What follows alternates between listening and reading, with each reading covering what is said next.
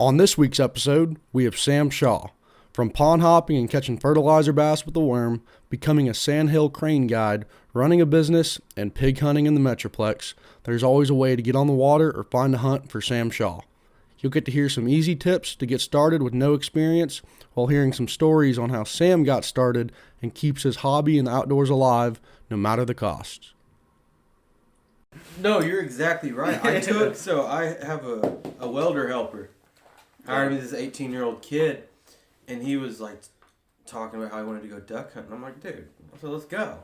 So I got a pond we can go hunt, and we shot 3 ducks, and I was like, dang, like kind of hunting for limits, Yeah. Went through that phase, where you get it, where you go just hunting a bunch, and you get to the point where you're like, all right, I want to shoot limits. Yeah. Like, I want to do it. I want to shoot. We went out and shot three ducks, and he just dropped I let him borrow a shotgun. He just dropped $800 on a shotgun and waders, and he's like, I'm ready to go. Like, I want to be a duck hunting guy. Yeah. It's just, I don't know, it's kind of cool. Yeah. My grandpa lived on the coast in Rockport, and I thought it was the coolest. Duck hunting. Yeah, and I thought it was the coolest thing. We'd go down there for a week for Christmas, and every morning, because it's duck season during Christmas, and every morning you'd hear the airboats fire up, next door and stuff. I mean, just rattle the windows off, and then whoa, I just take off, and then all you hear is gunshots. Those guys are serious. Oh, dude, there. I watched a dude roll in, and he had 4 bands. I was like, you gotta be kidding me. That's what I want. It's so bad. Well, that's where the kind of like how you're doing the hunting and the fishing concept. Yeah. Those guys that hunt down there on the coast, they do the cast and blast. Yeah. Yeah. They're cool I don't know how they do it. I'm assuming hunting in the morning, fishing in the afternoon, something like that. Yeah. But there's the best of both worlds. Well, they advertise cast and blast a lot with dove hunts. Yeah. Because you go and you fish in the morning, then dove hunt in the evening. That's pretty cool. In my opinion, dove hunts are. Oh yeah. Evening hunts for 100%. I think so too. Sam, so whenever we first met at Camp Bass. Oh yeah. Yeah, I mean, that was awesome. You were a braid fishing fool. Oh yeah. But were you more into hunting or fishing or at the time? I was more into fishing, and the reason I say that is, I was raised by guys that hunted, but they weren't always willing to take me. So it really wasn't until I was 16, 15, or at least until I had friends that were 16 that could take me hunting.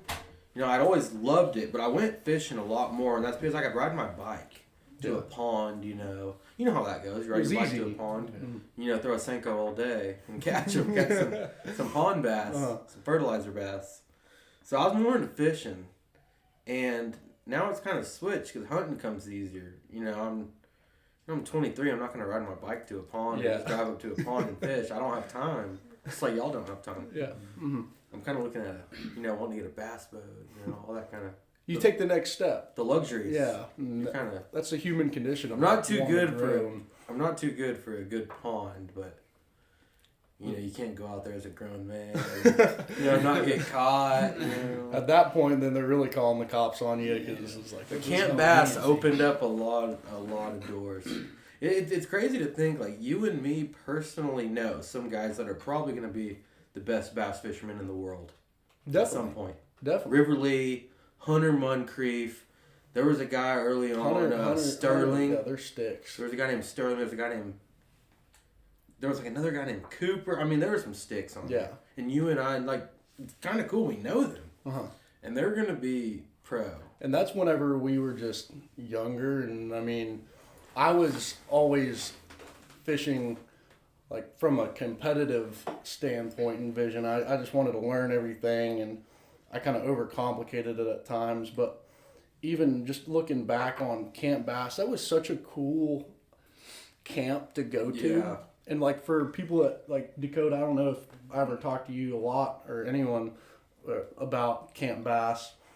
Camp Bass, Danny Grove, he put together this camp where kids can just come and fish with guides, and you just get to learn everything about bass fishing on Lake Fork too. Yeah, that is sick. I had no idea. Yeah, Rick Carter. Yeah, Rick Carter. I don't know how Danny Gov knows Rick Carter, but Rick Carter, obviously.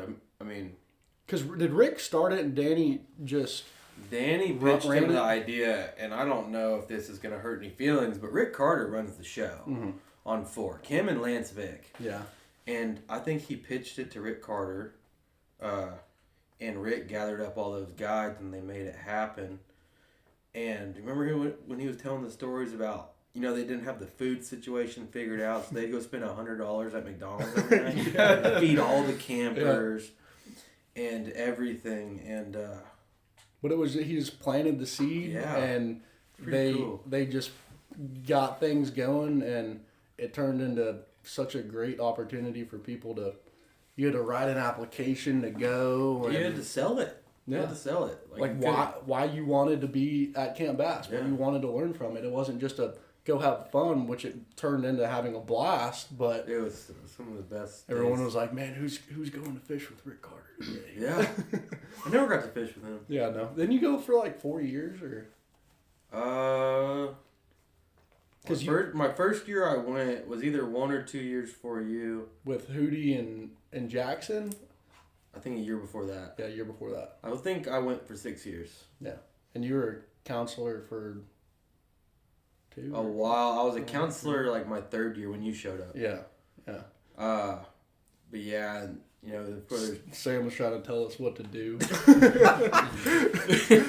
No, don't put me down like that.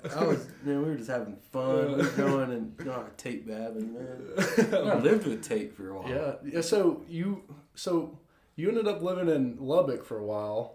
When I lived with Tate, we lived west of Lubbock. But yeah, I mean, it was just like, the hub city, like Dallas, everything around here is kind of like Dallas, Fort Worth. It's kind of the same thing. We were 30 minutes west, and he was a welder, and I was the fitter.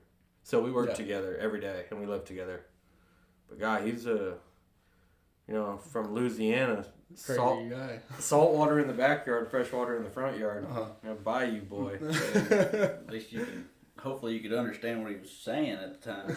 Well, his grandparents spoke Creole. Really? Yeah. Dang. Yeah. I've met some Bayou guys that I just couldn't understand. Those guys lick hard. of English that they were saying. Yeah. Oh yeah, they're all into it. So from Camp Bass, before that you're riding around on a bike with the Cinco to the ponds. When did you hit the hard switch into hunting? Was it when you moved to Lubbock, or? Well, I'd always liked hunting, of course. My dad was a bird hunter.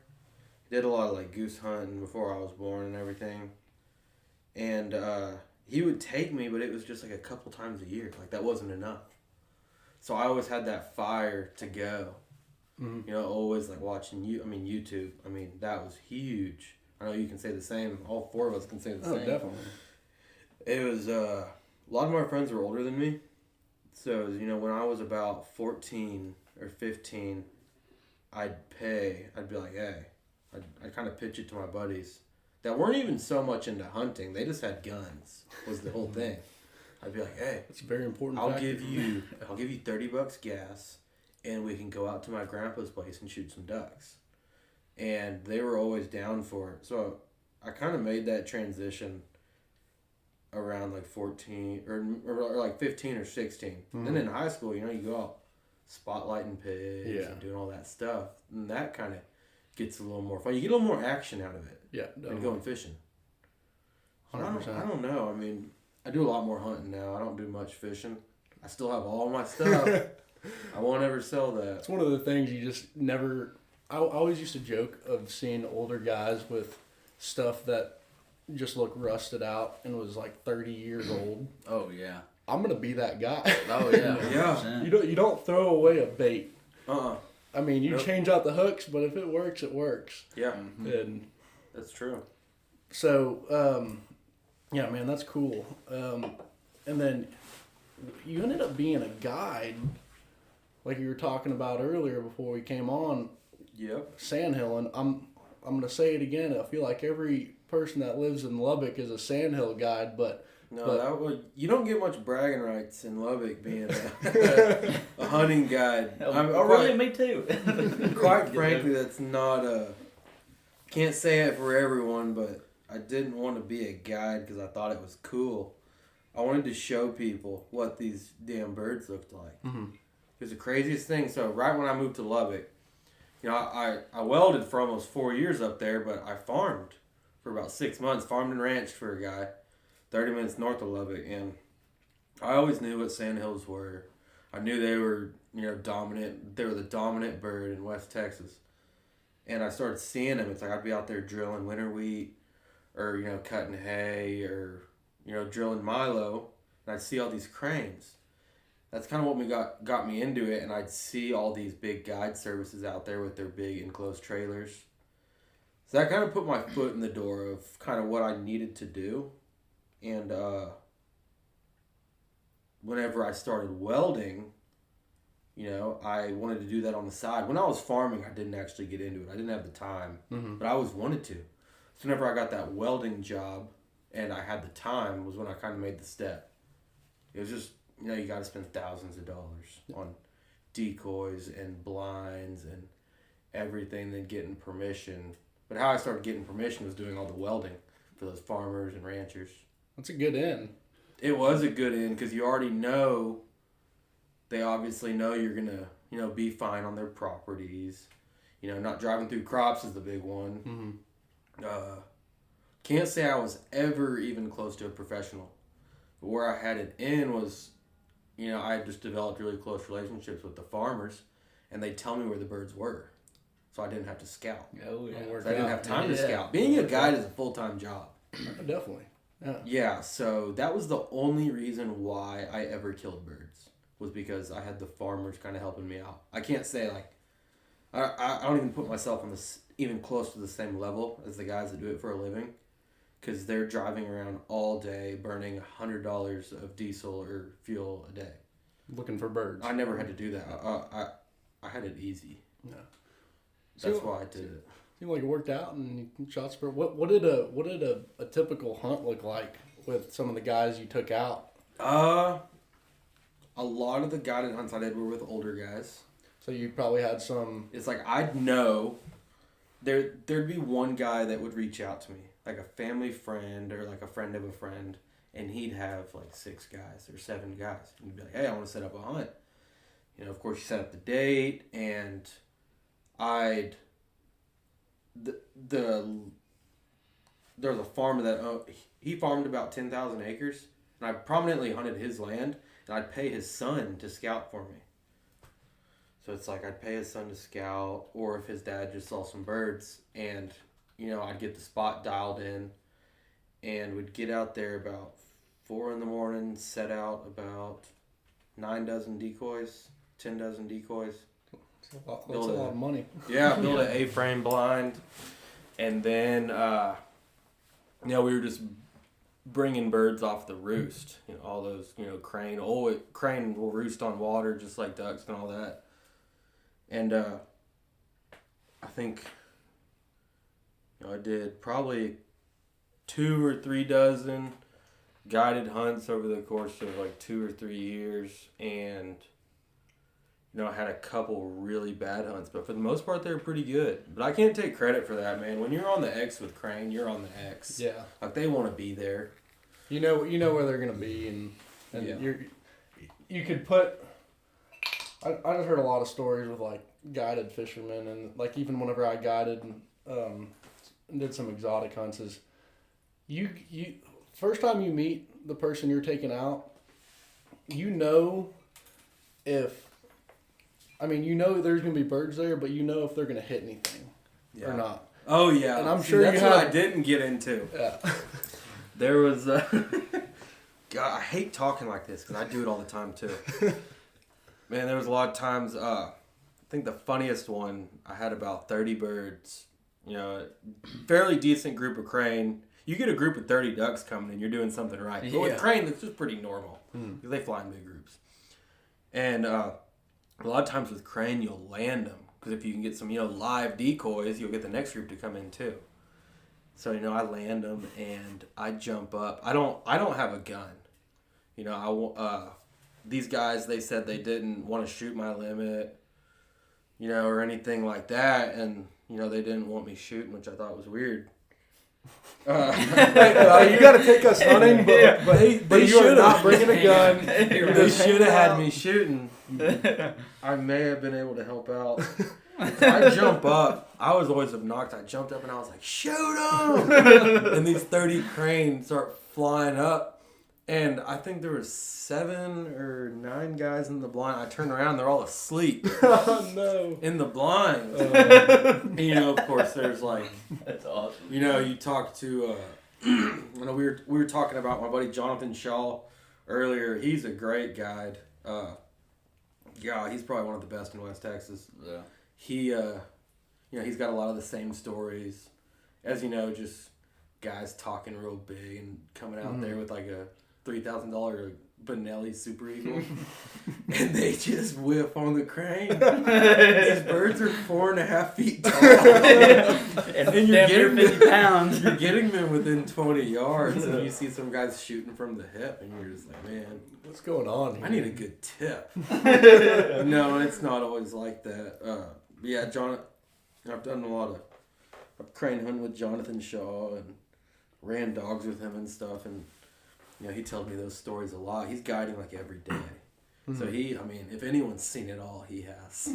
Like, he has told me some crazy stuff. But it's like but it's funny, you know? Yeah, and then honestly, like those guys that probably don't hunt a lot and they reached out to you to go hunting. Yeah. And it didn't really work out. They didn't shoot anything. They probably still talk about how great of a time they had. I will say, those guys that, you know, the circumstances where that happens, those are like the guys who are really appreciative of the hunts. You put them in front of it. Yeah, they're like, man, that was awesome. And they go home with their like one bird. We didn't hit a damn thing, but it was sweet.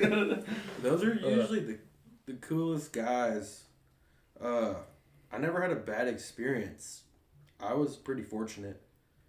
But a lot of those guys, I mean, I feel for them. They're making a living off of it and kind of having to deal with some people who maybe weren't raised right and just don't have the right mannerisms to be around the hunting industry.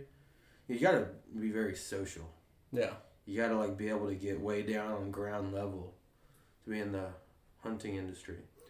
It brings it out in people though at the same time. Like you bring someone out that's never been hunting and get them around a group of good guys, you know, you'll see them start like sparking conversations every once in a while. It's cool. Yeah, it's cool. That's what I like. I bring buddies out that have never killed anything. I brought a friend out one day to just shoot a doe. I was like, yeah, you can shoot a doe. Well, no, never mind. That was my cousin. But it was my buddy that I brought out to shoot a pig. He wanted to shoot a pig so damn bad he couldn't stand it. And he's always fished and everything like that. Brought him out to shoot a pig. Well, first thing we do is go to the grocery store to get food for the weekend, you know? Well, it's like peanut butter and bread. I'm going cheap because hunting's expensive. We're going to kill ourselves. Yeah, exactly. That's what I'm saying. And we go to the grocery store, and I guess he thought it was camping. I mean, we got fajitas, steaks, bratwurst. You name it, we got it. We ended up leaving the grocery store with $150 worth of groceries for a weekend. Like, man. Oh, dude. We ate good. I'm not complaining about how we ate. We ate good, but then, and he's also not, I mean, I wouldn't say he's the most sociable guy. He's definitely going to talk fishing with anybody he possibly can, but hunting-wise, no. But now, he'll talk hunting and fishing with everybody, you know? Yeah, he's addicted. Yeah, exactly. You got the hunting bug. Yeah, it's that itch that you give people. And it's the thing I talk about a lot is you really do catch you do learn another language whenever you get into hunting and fishing. Oh, yeah. Yeah. You could know absolutely nothing about a person, but you see a Zoom sticker on the back of their truck. Yep. And you just walk up to them, you can start talking about fishing, and then next thing you know, you're your best friend. It's like in Step Brothers, where it's like, did we just become best friends? Yes. How many times have y'all been in Cabela's Bass Pro Academy and might have not ever like followed up or worked out, but like met someone and we're like, dude, we should go fishing. Yeah. Have y'all ever had that happen? Or talk to somebody that you didn't even know their name. Talk to them for an hour and a half about hunting or fishing. You don't go to HEB and sit in the grocery store line and like spark a conversation. But when you're Cabela's or Bass Pro, and you're sitting there looking at baits, you're going to talk to that person right next to you. Oh, yeah. Yeah, and after my buddy shot that pig that weekend, I mean, he ended up shooting 5 pigs in the same night that we got there. And seeing the look on his face and his eyes, bright-eyed, it looked like a hound dog on meth. I mean, he was ready to rock and roll at all times. Like, he was. And I was like, I'm ready to go to bed. Like, we'll shoot a pig tomorrow. Like, he's like, oh, no, we'll check. Let's check one more field. We're going to hunt all night. night. Like, it's that itch, you know? Yeah. No, yeah, that's awesome. That's really cool. So, Sam, if you had, like, 1 or 2 things to kind of plant a seed within people trying to get started hunting or fishing. I know you mentioned something earlier about how it was easy and approachable to fish a pond. Yeah. You get on a bike, you can grab a Cinco. You don't have to worry about reaching out to anybody. You looked up YouTube videos. Yeah. You can figure it out by yourself. But, like, if there's anything you could, like, mention to somebody that just is lost in space but just kind of has a faint want to get into the outdoors, what would that be? Well, I think there's a... Get on YouTube. I think there's a couple ways to go about it. The first way that I think, go on a guided hunt. Hunting costs money, that you got to get over that a little bit right off the bat. Whether you go the cheap way or the expensive way, it's going to cost a little money. It ain't the worst thing in the world to go on a guided hunt. I know a lot of people that have had the best hunts of their life on a guided hunt. Okay. I personally, I won't ever go on one, unless I'm wanting to shoot a Boone and Crockett deer, really mark something off the bucket list. That's one way. You can learn a lot from these guides. They do it for a living. That says a lot. Mm-hmm. And, I can't imagine how many guides you know, but the few I know on a personal level would love to, take someone in and teach them on one of those guided hunts. Mm-hmm. Just like talking about your passion, that never gets old. And the second way, you can watch YouTube, and you really, got to study your public land. You can try that out. But the best way, if you can just make a friend that goes and is just willing to take you a couple times before you really get the sense of what's going on so that you can, do it safely and you're not getting charged for poaching or trespassing, anything like that. That'll put a bad taste in your mouth. Mm-hmm. Oh, yeah. Because you can get put in front of the wrong people. Because it's hard for me to speak on that because I was always pretty fortunate. Surrounded by it. So the things I'm saying are things that I've seen other people do that are now hunters. Don't try to reinvent the wheel and reach out to somebody that knows how to build the clock and just let them tell you the time. Yeah, like it's not the worst. It's not the worst thing. It's just it's a weird ordeal, and I hate that it's a weird ordeal. Like, but at the end of the day, I can't imagine. It's intimidating. It really is because it's like guns.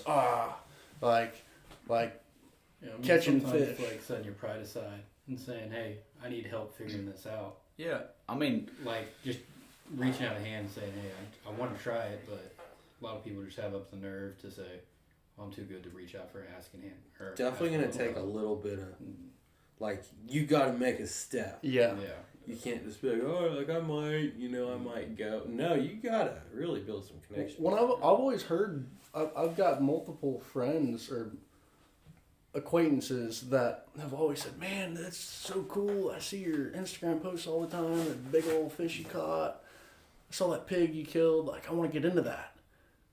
And they just stop the conversation right there. Yeah. Goes no further. And I'm like, okay, like, let's get into it. Like, you have a rod right now? You want to know what type of rod? I'll tell you what you need to go grab real quick. It's pretty easy. And then they start looking at the dollar signs, and it does get expensive. Yeah. But I guarantee you, if that person said, like, "Hey, do you have an extra rod that I could borrow?"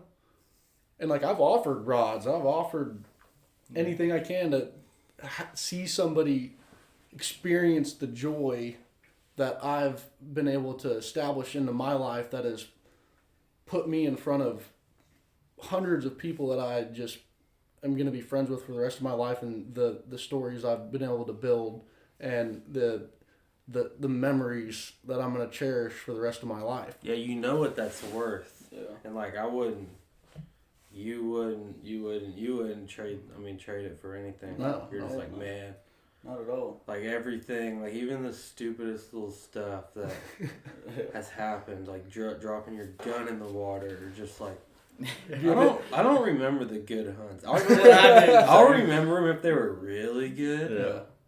It's the But memories. if they're just mediocre, I remember the bad hunts. Yeah. Or the bad, not bad. I mean, that's a strong word, but the different hunts. Yeah. The ones that left an impact. I remember Emotionally. the get to the deer stand in the morning when it's pretty cold, and then the sun coming out, and realizing there's 6 hornet nests in the deer stand. Oh yeah, dude. I'm telling you. God, That is rough. See, I've never. Then you get to go back to camp and talk about it, and like you still kill a deer. That happened a lot. I've never. never shot a deer out of like a box blind. Yeah.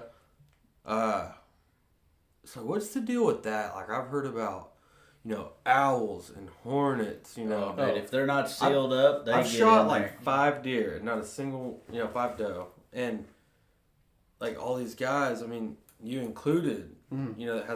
That goes on the deer lease. I've just heard crazy stuff about box blinds. So what's the deal with that? Well, you got to that? think about it. They're musty. So we hunt on. Yeah. They're musty bitches. Yeah. We hunt on a like over 10,000 acres, and it's a whole nother world whenever you drive a mile into the ranch. Oh yeah, it's and whenever ranch country. Whenever you're thinking about it, you're in. It's not our world. It's the deer, the pigs, the turkey. It's the owls. It's the raccoons. It's their world. Yeah. So whenever you build a home, essentially, Yeah, literally. Like, oh man. And you forget to close a and window. you forget to close the window. man. It's like you're damn right. I'm renting that Motel 6 out for the night. Yeah. And they will destroy a blind. An owl can destroy a blind in a week. Yeah. Literally in a week. And I mean, Guess they're obviously pretty same strong. with. Oh yeah, and same with freaking. I guess same with wasps. I mean, Yeah. I know from Yeah. experience. I had a 4x4 blind that was set up perfect. I always saw deer, pigs, coyotes. Always saw something at this blind. I loved sitting at it, but wind would blow right through it. Wasn't sealed up worth a damn. And one morning, it was 4 o'clock in the morning. And I'm walking to the blind, and I got an office chair sitting in there. It's turned backwards. So I opened the door, and I go to flip it around, and the whole back of it was just crawling. And I was like, "Oh my Lord!" There's nothing but yellow jackets. Yeah. And I was like, "Oh my Lord!" I climbed my happy ass out of that stand. I sat in a tractor and hunted the rest of the day. Always bring a bug bomb. Yeah. Always bring a bug bomb. I know between the hornets, I know out in Kroll. So Oh yeah, you've been to our from living in West Texas, I know owls are a huge problem. Oh yeah. Because I built a lot of things out there, like well houses, stuff like that. I mean, it wouldn't be a couple days before you had a barn owl in there, but they were open. With these blinds, I'm just like, because I know y'all have had bad problems with the owls. Yeah. How do they get in there?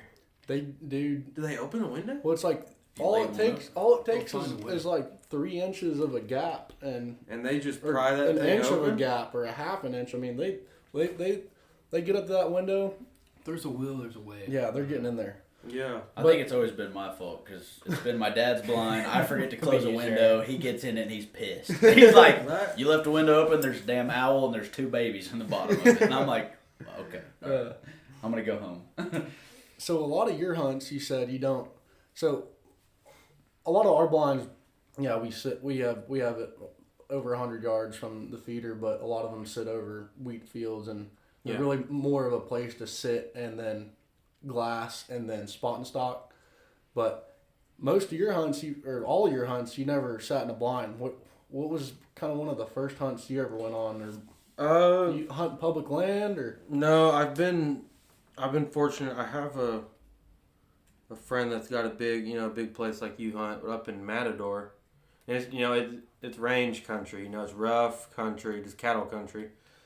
And there's a lot of high points on that ranch, and he'd do most of the glassing because he's got a good glass, spotting scope, whatever they call it. And I was always kind of a meat hunter. I mean, no doubt, if there's a 150, 160 buck that walked out, something of that class, I'd love to shoot it. But we'd go out and shoot doe, and you can easily out in West Texas find a group of 5 or 6 doe that do the same thing consistently. So we'd kind of spot and stalk, get within 200 yards, and it was kind of, it'd be my friend and I, it'd be kind of like a 1, 2, 3.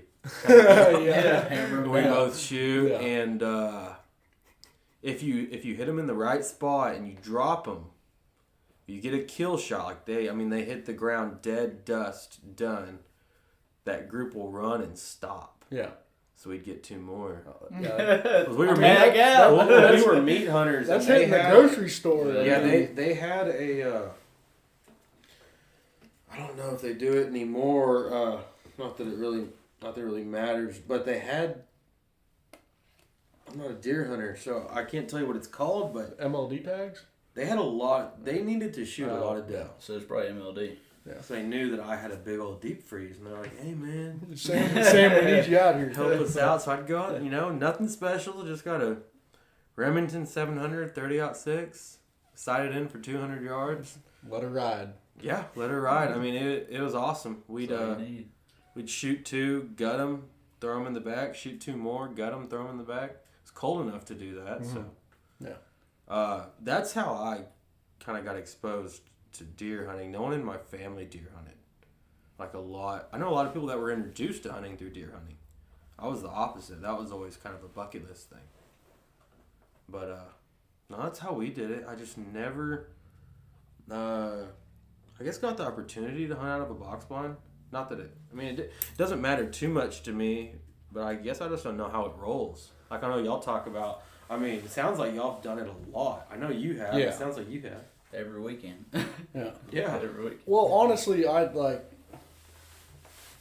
why I just love hearing other people talk about their hunting experiences, and especially when it comes to that is, I mean, you're a meat hunter. And that's, it seems like there's no other way to explain that when it comes to deer hunting for you. And I envy that because I get so lost in seeing all these deer we have on camera and passing deer when I know I just want to shoot a doe for some meat, but I'm like, what if I shoot this doe and that deer's right over here? Yeah, exactly. And you just kind of get lost and this is where this is how my mind works, is I just get really technical with things sometimes. And I'll go and sit I'll go to the deer lease and hunt just 10 hunts and not shoot anything. And before the season even ever starts, I'm like, man, I'm going to go put some meat in the freezer. But whenever I'm sitting there, I'm like, man, I know there's that 170 right Wait around the 5 more corner. minutes and he'll be here. You're sitting in the blind holding your piss for 7 hours. And inevitably, always happens every year where you're like, okay, last hunt of the season, I'm at least going to shoot a doe. And I still sit there sometimes and I'm like, well, that deer could be right around the corner. It happens every time. Yeah, no, I know what you're saying. I don't know why I'm like that, but they taste good. That's why. But with with the pigs, I'm the opposite. Like I just. Well, yeah. So that's a whole other topic. Let's talk about Yogi. Yeah. So Sam, you run a hog dog. Yeah, I have one. I have I got him for that reason. I knew he was going to be a big dog. That's kind of my style of dog. And the idea kind of faded away. I got this big, pit bull that I knew was going to be pretty athletic, big, have a good bite on him. Because a lot of my friends had cur dogs, bay dogs, hounds, dogs that'll go bay up a pig, but they, if it's a big one, they won't catch it. They'll sit there and bay it. So that's kind of why I got that dog. And, the idea kind of sat around for a year and a half. And then I was like, you know what? I'm taking him. He's full grown. He's 100 pounds lean. Let's go. I mean, he's going to... big old No, he's 100 pounds lean. For our listeners, let me paint a picture. It's kind of like a Mike Tyson of a... Yogi's a beast. Yeah. He's a big teddy bear, but if it's not... He loves other dogs. He loves horses. He doesn't mind cows, but if it's not... If it's feral, it's down. If it's not any of those things, he's going to kill it. Yeah. And he's not going to stop till it's dead. So, that's something that kind of helped. But I took him, Jonathan Shaw, dropped that name. He's, a good friend of mine. We went out and, gosh, he's got a great pack of dogs. I mean, maybe the best west of Abilene. And we went out, they bait him up, and Yogi went in there and grabbed a 250-pounder by the ear. She did what he was supposed to. He got a little cut up, because they don't know that the pigs are dangerous till they get cut. Mm-hmm. They don't know. I mean, to them it's just a stinky pig. They don't know. And they're grabbing it. Yeah. Yeah, and then he caught a couple more, or one or two more that night, and then that's kind of after doing that. Shooting them with a thermal or a spotlight just doesn't sound fun to me anymore. Yeah. Well, it was so funny whenever you first moved kind of to the DFW Metroplex. I haven't heard from I haven't heard from Sam in just months, maybe over a year. And he calls me. He's like, "Hey, Josh." I'm like, "Well, Sam, what's going on? Tell me something new. What are you doing?" He's like, "Well, I'm moving to DFW, moving to Plano." And he's like, "Is there anywhere to run my dog?" And my first thought is, you gonna go on a run? Because we're in the Metroplex, and he's like, "No, anywhere to run my dog on some pigs." And I'm like, "Man, not really, but if you want to find a spot, there's a couple, I mentioned River Legacy." Oh, dude, yeah. River Legacy, yeah. Tear up some. And that's what I love about you, Sam. It was, you always just find a way to do what you love doing. You have to. And that is such a key thing to live a quality life, is if you love doing something, you use your resources, you call people that aren't probably expecting the conversation you're about to have with them, which is, "Hey, anywhere to run my dog in Arlington, Texas?" Yeah. But it was so cool. Then we got to catch up and talk a little bit more. Yeah. Now you're here. Now you live pretty close to us. And it's awesome. Full circle. It's awesome. It's so cool. But that was hilarious. Did you ever go do that? No, we never. Because I was asking for, because, my dog's a catch dog. He's not fast enough to run one down, but my buddy has the cur dogs, and he lives in Arlington. So I was like, hey, I know a guy that, referring to you.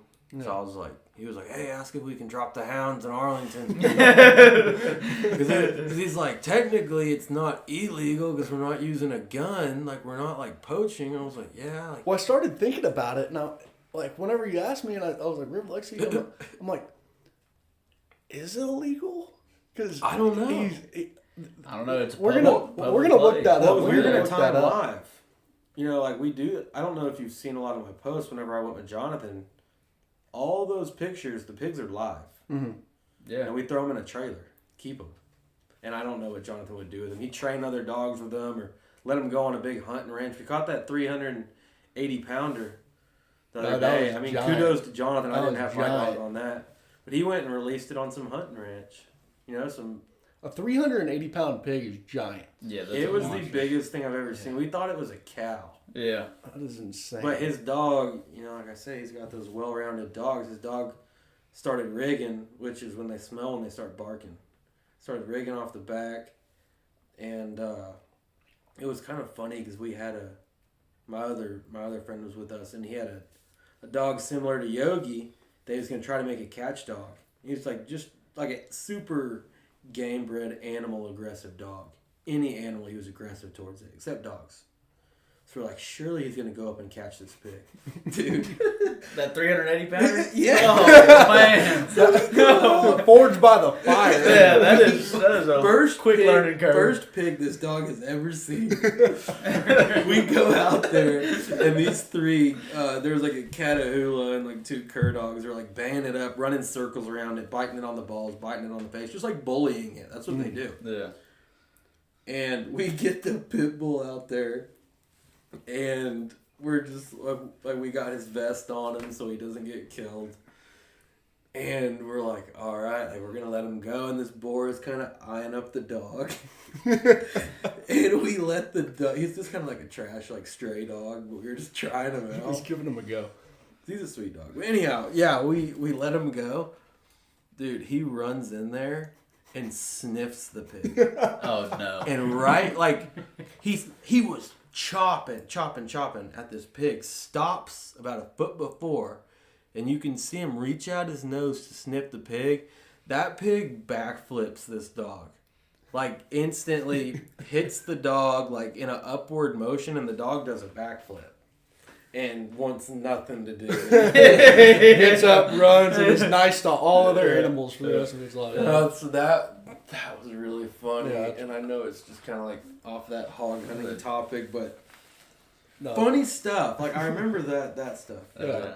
No, it's great. It's the funny hunts. Dude, I mean, I don't know. My dad and his buddies were working real hard with the River Legacy Park guys about being able to bow hunt, because there's loads of pigs in River Legacy. I mean, I've walked the trails and seen groups of 30 before. Yeah. Down in the river. That's and what I've up heard, in, man. Up But it's like... Well, you know, like whenever I was doing my Ironman training, I spent more time in River Legacy than at home. Oh yeah. I would see 2 bobcats on a bike. I would see. I mean, I ran over an armadillo one time, but that's no crazy thing. But saw pigs, yotes, and well, if you think about it, we're in Arlington. Yeah. Really, the only place for those animals to live is River Legacy. Yeah. But back to the conversation of, is it illegal to go catch some pigs in River Legacy? I feel like Arlington would probably end up paying you to go catch some pigs, because They might. I might be the hero that Arlington didn't know that. Well, Not me, because I'm not, I'm still kind of like a rookie at it. It was just something that I got to participate in, and I fell in love with it, just like any other form of hunting. Yeah. But, it's just, I mean, I want to run dogs in town. Yeah. don't sell be yourself. fun. Don't sell yourself short. Just send a letter to the city of Arlington. Hey, a letter. I mean, there was a whole news article in Fort Worth. Feral pigs were tearing up front yards in Fort Worth, Yeah. and a lady got hit by one. She was unloading groceries out of her car, and one came out from underneath her and just flipped her sideways. Just to drive by? Yeah, just to drive by with a... Maybe it was that 380-pound pig. Well, I saw Yodi today off Fielder. Yeah. Oh yeah, They they're were just everywhere. driving and Cruising around. I mean, Right. off of 360, my buddy runs cows off 360, and he was almost willing to pay me to shoot coyotes, and I was like, well, that's in town. I don't know if I can do that. But I mean, there was just so many coyotes after those calves that were dropped. Well, funny story that I wish Jackson Hall was here to tell. He used to live on, I think it was like 13 acres, Yeah, I remember that house. Oak Trail Court, and we killed yotes back there, and we put out carcasses after we would get done at the ranch. But before I was kind of around all the time, they brought some pigs back Oh my god. for a party, and one. Oh no! I mean, everyone knows about this already. Brought some pigs back, and they got out, and Oh no. they ended up, like, over time, like, they were That just what looking happened? for them. But they stuck around the property, because it was like really? there's really nowhere else to go. There's a creek behind, and there was the pig came out one day, and I think it was Jackson that went out there and, like, popped it. And like an hour goes by, and there's a SWAT team coming out of the creek behind Rush Creek over there. And you would have thought that freaking the president was being assassinated. Holy jeez, dude. But it's crazy because, like, I mean, Were they fully swatted out? no, they were ready to go, and Holy Jackson apparently was just sitting there, just like, hey, just a little kid. Launches the gun and Throws it in the pool. Yeah. No, that Yeah, it's crazy. That That was wild, but That is wild. but dude, Sam, I mean, we could sit here and talk forever, and I appreciate you coming here and taking the time out of your day to come and let people hear what your upbringing was within the outdoor industry. I would go as far as saying that you're one of those guys that will always find the right people to meet, the right people to talk to just be able to go hunt and fish. And I think that's what it comes down to. I think to end this podcast and this episode, I'd like to, this is a question I asked Cade Rudiger, and I'm going to ask everybody that comes on here. What's your why when it comes to making sure you can go hunt and fish? It's a loaded question.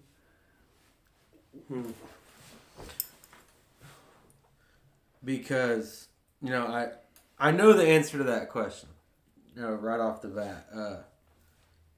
Because I know if I don't take every opportunity, definitely gonna regret it, 100%. I didn't realize how I went obviously a lot in high school, mostly just total busts of hunts, not shooting any ducks, mostly just rough hunts. But it's I wish I would have went more. Wasn't paying rent, none of that. Money didn't matter. Now it does, and it's I'm trying, before there's kids in the picture, and a lot of other great stuff in life that just kind of gets in the way of hunting. Not gets in the way, but throws a wrench in the mix for sure. That's why I kind of just always want to take people finding an excuse to go. And if someone that has never been hunting wants to get into it, asks me to go hunt, and that's a good enough excuse for me to go, then I'm going to do it. Every day of the week. It's a driver for your quality of life. Yep. Yeah. And I love it. Think about it all the time. I'm pretty much obsessed with it.